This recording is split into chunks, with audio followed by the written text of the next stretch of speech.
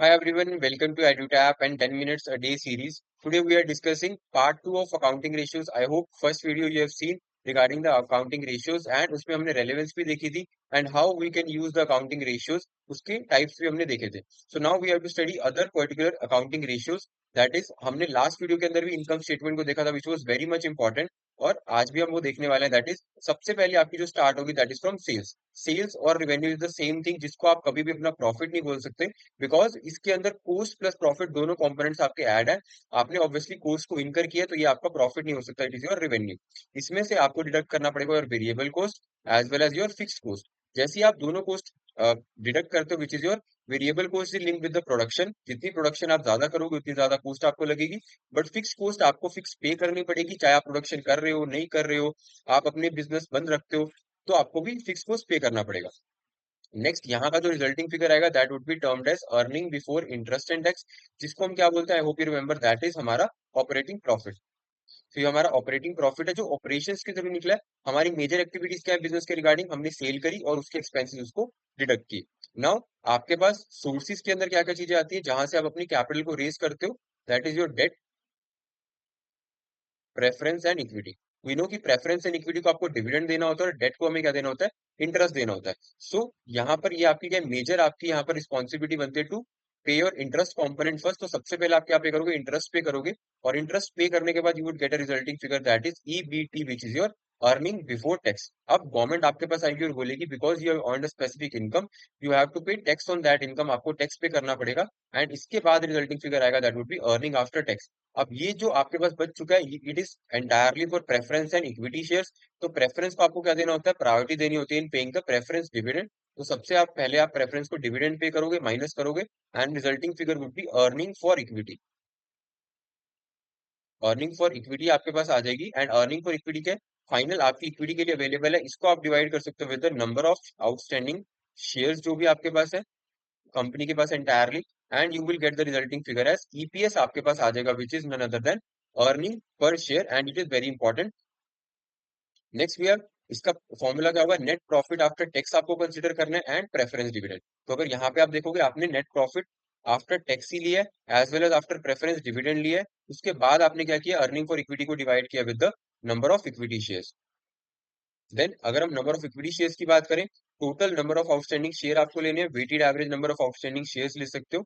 And net profit कौन सा लेना है, profit before interest, preference dividend and tax आपको यहाँ पे क्या करना है, कंसिडर करना है.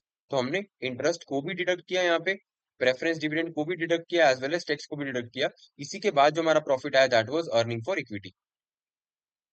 इट्स सिग्निफिकेंसेस ये आपको हेल्प करता है in determining the market price क्या होगा इक्विटी शेयर का इन अ कंपनी. एंड आपकी इंटरफर्स फर्म कंपैरिजन के लिए जब आप कंपैरिजन कर रहे हो विद अदर फर्म्स ताकि कितना डिविडेंड पे करना है इक्विटी शेयर होल्डर को, बिकॉज जो आप अर्न कर रहे हो पर शेयर के ऊपर उसी के ऊपर क्या मिलेगा, dividend per share you would be getting. It is very important. I hope आपको इनकम स्टेटमेंट अच्छे से क्लियर हो गया है. This you have to learn by heart. Next is very important ratio जो आज के टाइम पे कोई भी अगर आपको फाइनेंशियल स्टेटमेंट्स देखने किसी कंपनी के, पहली चीज विच यू प्रेफर इज आपके प्राइस टू अर्निंग रेशियो. ये क्या डिनोट करता है कि हमें अगर एक पर्टिकुलर कंपनी के अंदर that is price upon earning represent हमारा MPS which is market price per share. आज अगर आपको रिलायंस का शेयर परचेज करना है तो कितना अमाउंट आपको सबसे पहले पे करना पड़ेगा. And EPS we already know कि उस कंपनी के शेयर पे अगर आपके पास एक शेयर हो तो कितने की अर्निंग्स आप उस पर कर पाओगे. अब एमपीएस क्या था, फॉर एग्जांपल 100 रुपीज का शेयर हमने परचेज किया एंड हमें 10 रुपीज की अर्निंग हुई उस पर्टिकुलर शेयर पे. तो वी नो कि 100 रुपीज लगाने पे ही आपको 10 रुपीज मिले हैं. तो प्राइस अर्निंग रेशियो भी इसी चीज को डिनोट करता है that is if you want to earn rupees 1 in a particular company so how much you have to invest, how much you have to invest, कितनी इन्वेस्टमेंट आपको करनी पड़ेगी, कितने का शेयर आपको वहां पर परचेज करना पड़ेगा. तो यहाँ पे आपको क्या पता चला, if you want to earn 100, if you want to earn 10 rupees तो आपने 100 रुपीज लगाए. एंड इसी को अगर आप क्या करोगे छोटी टर्म्स के अंदर निकालोगे that would B 10 would be your final answer. ये क्या बताता है कि अगर आपको 1 रुपीज अर्न करना है तो इस कंपनी के अंदर आपको 10 रुपीज यहाँ पर पहले इन्वेस्ट करने पड़ेंगे. Next we have market price क्या होगा पर इक्विटी शेयर का, that is price of outstanding share जो सेकेंडरी मार्केट के अंदर ट्रेड कर रहा है. वो ऑब्वियसली वी नो हर दिन प्राइस क्या होता है, चेंज होता है ऑफ द शेयर. आज कुछ और होगा even on the day also आपका प्राइस डेली फ्लक्चुएट करता रहता है। Next is earning per share which we have already discuss, जहां पे हमने इनकम स्टेटमेंट को तो देखा कि आपकी अर्निंग पर शेयर कैसे कैलकुलेट होता है। जब आप अपना अर्निंग्स फॉर इक्विटी लेते हो, उसको डिवाइड करते हो with the number of equity shares जो आपके पास आउटस्टैंडिंग है, यू गेट ईपीएस, एंड उसी को आपको क्या करना है, यहाँ पर डिवाइड करना है।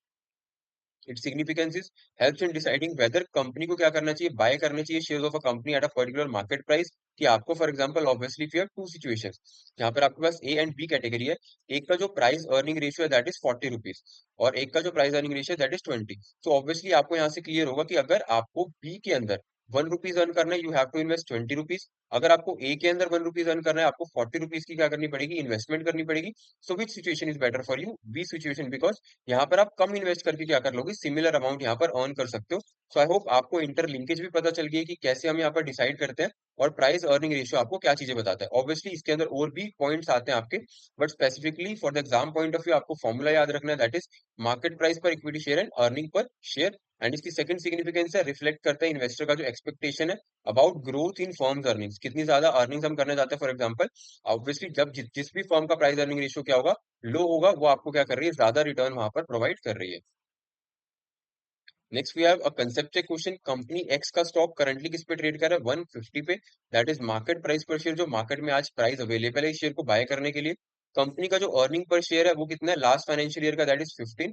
इट इज योर ईपीएस, कि एक शेयर पे कंपनी कितना अर्निंग प्रोवाइड कर रही है, दैट इज 15 रुपीज।